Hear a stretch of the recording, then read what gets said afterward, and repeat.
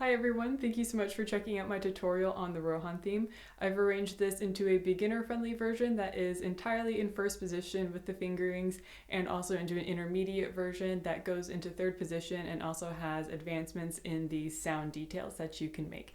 The link to that is completely free and it's in the description box below.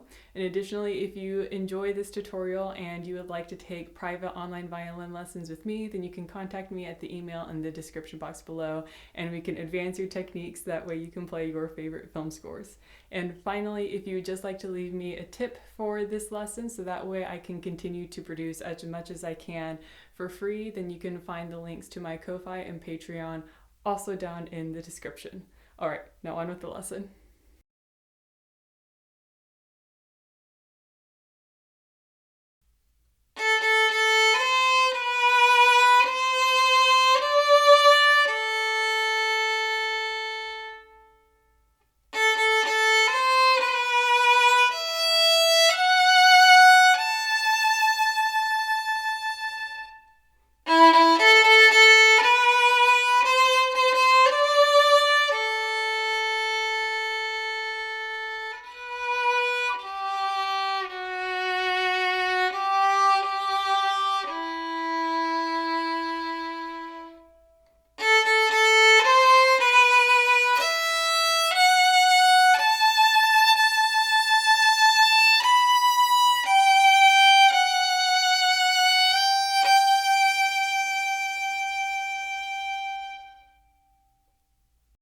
To start off, I'm going to take us through basically a G major scale because that's going to teach you the finger positionings that you need in order to play this piece. So I'm going to start on my open G string, and then I'm going to go up just one finger at a time on each of my strings all the way until I hit my fourth finger on my E string, at which point I will go down one finger at a time on all my strings all the way until I am back home at my open G string.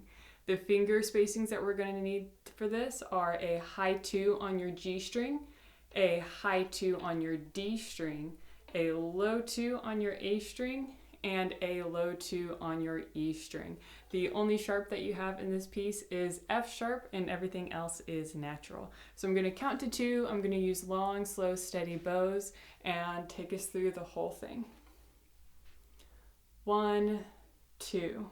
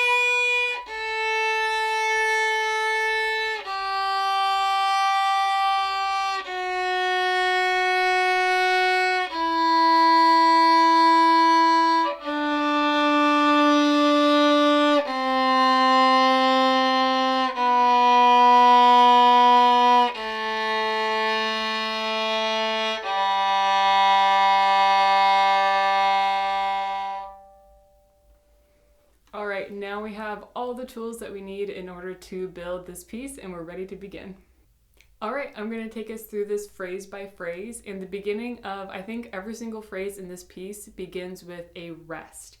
These rests are super important. They give a sense of anticipation and grandeur to what is about to be stated. So don't neglect your rests. So it begins with a rest. We have bum bum bum, rest, bum bum bum. And then after you rest, you begin with your open A's. So it'll be rest, After your A's, you go into a C natural, a low 2. So that second beat, you have a slur from an A to a C natural. It's an A to a low 2. That is honestly, I think, one of the hardest parts of the whole piece. It's really easy to get it out of tune, and you have to repeat it so many times. Each time it has to be the exact same, otherwise it's going to be really obvious if it's out of tune. So I would recommend practicing just going from an open A to a C natural a lot. Just try to get really comfortable with the intonation. I have it written here with a slur. I would just practice it separate bows, try to get really comfy with that placement.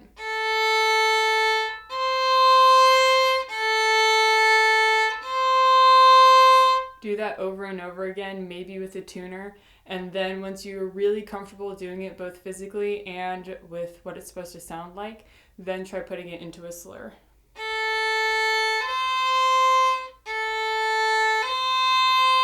Then once you've got that down, then you can start to put it all together. So rest.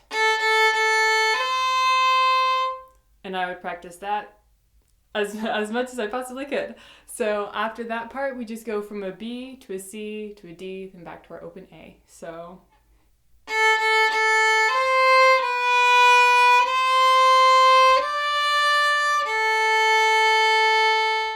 And that's our first phrase. So again, it goes as such.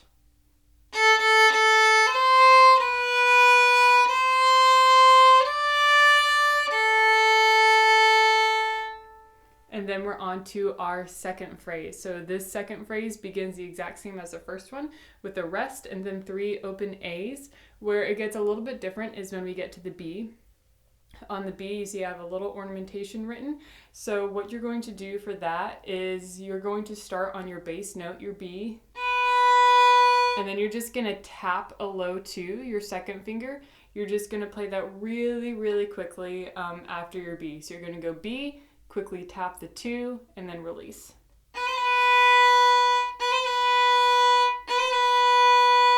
So it's just 1 to a 2. The 2 is really, really fast. How I like to think about it is a hot stove. So if you accidentally touch a hot stove, you yank your hand or your finger back really, really quickly because it's hot and it hurts.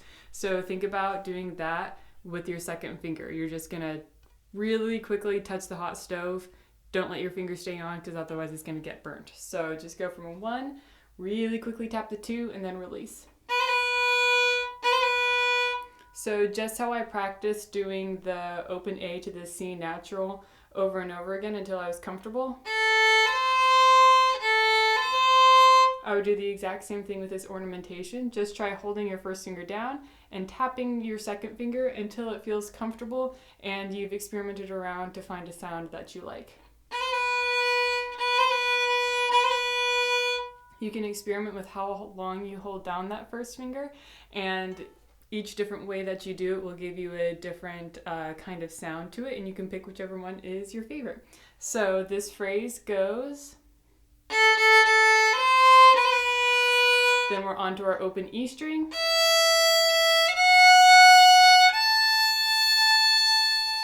So this phrase opens up to your E string and it ends on an A. It ends on your third finger on your E string. This is the highest note that we've gotten to so far, so it's going to be important that you really bring it out. So when you get to that third finger, use a whole lot of bow, let that note really sing because it's the highest place that we've gotten to so far.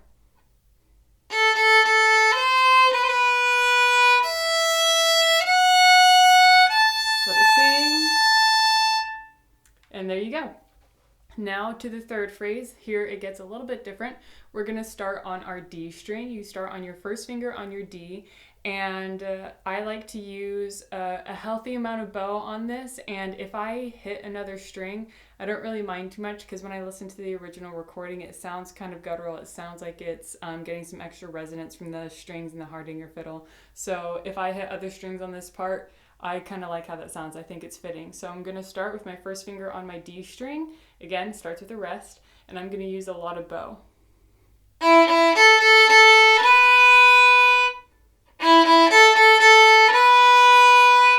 And for this part, I like to put a little bit more emphasis on my bow changes as well because I think it gives it more of a sense of energy and drive. So honestly, I'm not trying to make my bowing really smooth and clean right here.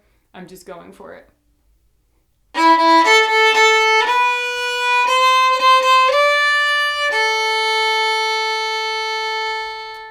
goes on to the second part of the phrase. And this one here, I do kind of back off on the bowing. I do make it a little bit more legato, a little bit more smooth. It goes into a different instrument in the original, but just for the sake of having a more complete arrangement, I included it for the violin here. So here's how I go about it.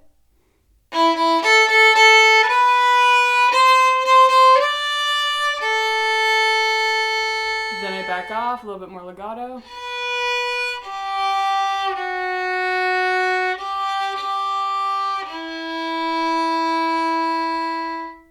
And that's how I take that third phrase. And that leads us directly into our last phrase, the ending of the piece. So it starts the same way that all the others have so far, and that is with a rest, so don't forget it. And then it goes on to our 3 open A's, the C and the B. Now the difference that I have here with this phrase is I have a all separate bow, whereas before I was slurring the open A into the C string. That's what it sounds like to me in the original recording. It sounds like they're doing a separate bow to give it more energy and drive into a strong finish. So when you play this, you can have a bit more energy into your bow changes, because I think it's good for them to be heard for this last phrase. So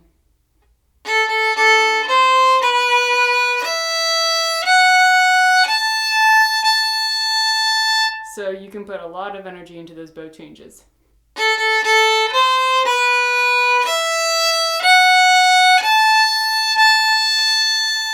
And then for this these final 2 bars, you have a 4th finger. Don't be scared of it.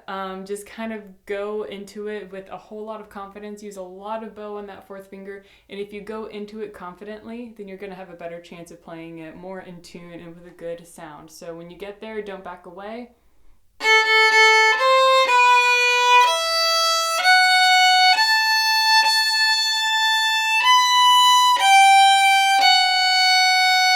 So just make sure that when you get to that 4, give it a whole lot of bow, play it with a whole lot of confidence. Even if it's out of tune, play it out of tune with a whole lot of confidence. And then our final 2 notes, I have an F sharp to a G slurred together. And then here's our last note, our G. I have a fermata written above that note, so you can just hold it out for as long as you like. In the recording, it ends pretty quickly, but because this is an arrangement for solo violin, you can hold it out for however long you need to.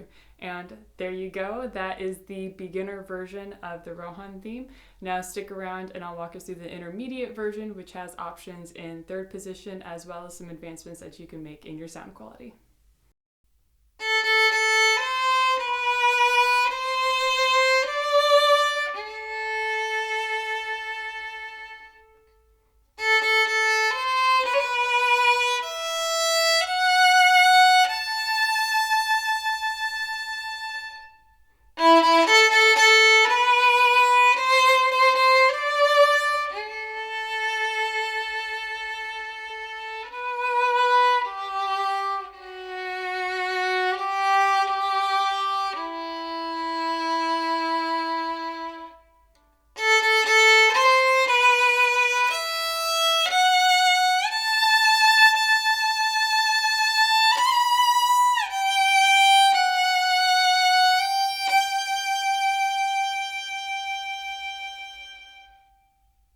Alright, intermediates, let's get into it. So the first bar begins the exact same way as the beginner version, but there's some things that we can do to advance our sound a little bit.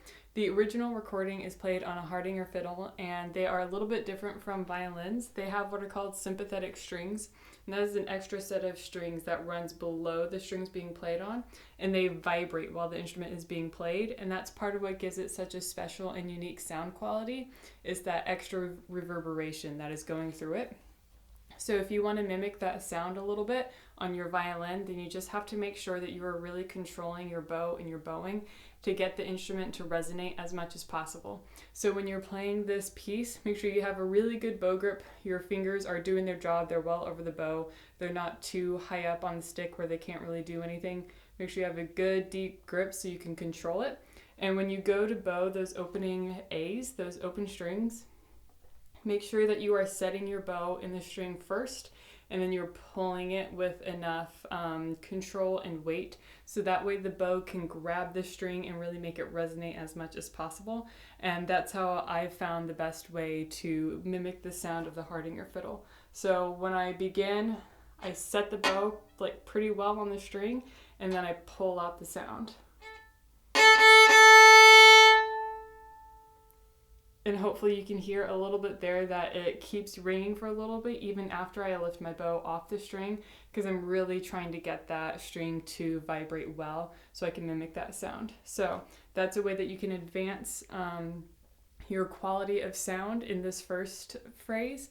And then when we get to the second bar, here's where I have another option for you that's different from the beginner version. Here you can shift into third position. When I listen to the original recording, it sounds like there's a little bit of a slide into third, so that's how I like to play it. So I'm going to go from first position into third position on that second bar. So it goes like this.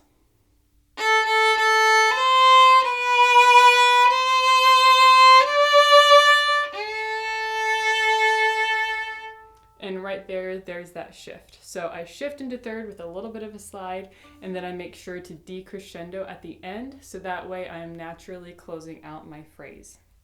And that leads me to open into my next phrase.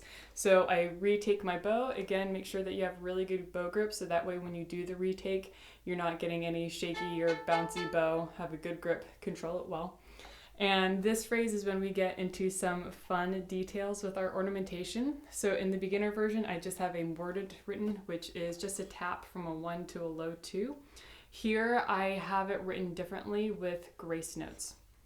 So here, when I play the ornamentation in this version, I have it written as a B to a D flat. I'm not specifically trying to play a D flat though. Honestly, I'm just trying to play an out of tune note. That's what it sounds like to me in the original recording, and I talked about it with my teacher, and this is the idea that she came up with as well, which is just to do a kind of out of tune note. And I found I liked the sound the best when I did it with a 3. So I just kind of squish my 3 down and I just play a vaguely out of tune third finger. I'm not aiming for any note in particular. If you like the sound of doing it with the second finger better, then you can do that. Part of the fun part of this is just experimenting with your own sound and choosing what you like best. So I like to use a vaguely out of tune 3 for it, but you can do whatever feels and sounds best to you. So when I do this part, I keep my 1 down and I just tap my third finger. I just squish my third finger down a little bit and tap it. And you can experiment with how long you hold out that first finger down as well. You can hold that up for longer or for shorter.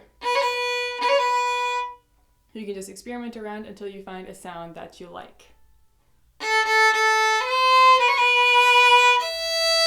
And that leads us into the next bar of this phrase. So you have an F sharp, and you can crescendo this into the A, because like I talked about in the previous version, this A is the highest note that we have had so far. It's the top of the mountain.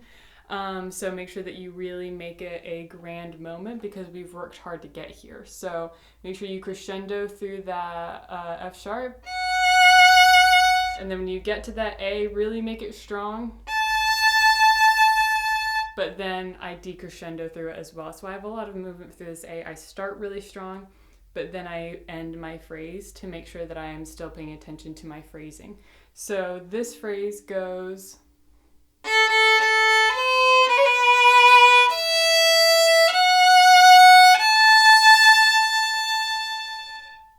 And then I retake my bow for the next phrase. So this one is pretty similar to the beginner version. We're just going to do that exact same slide into third position at the end.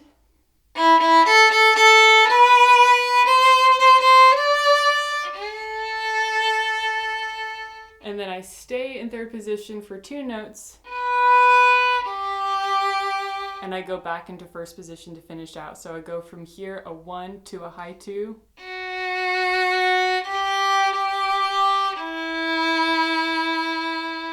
So in bar 7, it's a 3, 1, shift into first position, high 2,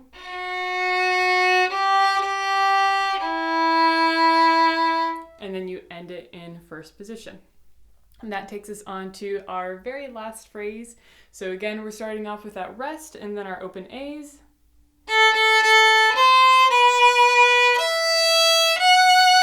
Now right here, I shift into third position because I want to put some ornamentation onto the B. I want to be able to tap my third finger right here so that way I can get some ornamentation on it.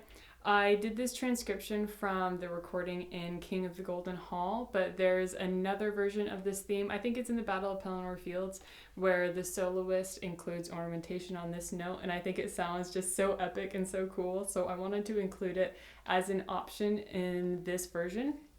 So if you'd like to take it, then you're going to shift into first position on the A, shift into third position. I think I might have said first position. I meant third. So that way when you play the B, now you're going to be doing it with a 2 instead of a 4, and that gives you the option to just tap your third finger right next to the 2. So that way you can get the ornamentation on it. So this is similar to the ornamentation that we did before. You can just experiment and have fun with it to see what sound that you like best. I do this one pretty quickly because that's what it sounds like to me in the recording that I like. It's pretty quick, full of energy. It's pretty strong, so that's how I like to play it, but you can do it however you choose. And then I shift back into first position. So I go from a 2 to a 2. 2. So with this shift, I do usually include a little bit of a slide. I don't make it super, super clean. I kind of like the sound of the slide in there, but again, choose whatever sound that you like best.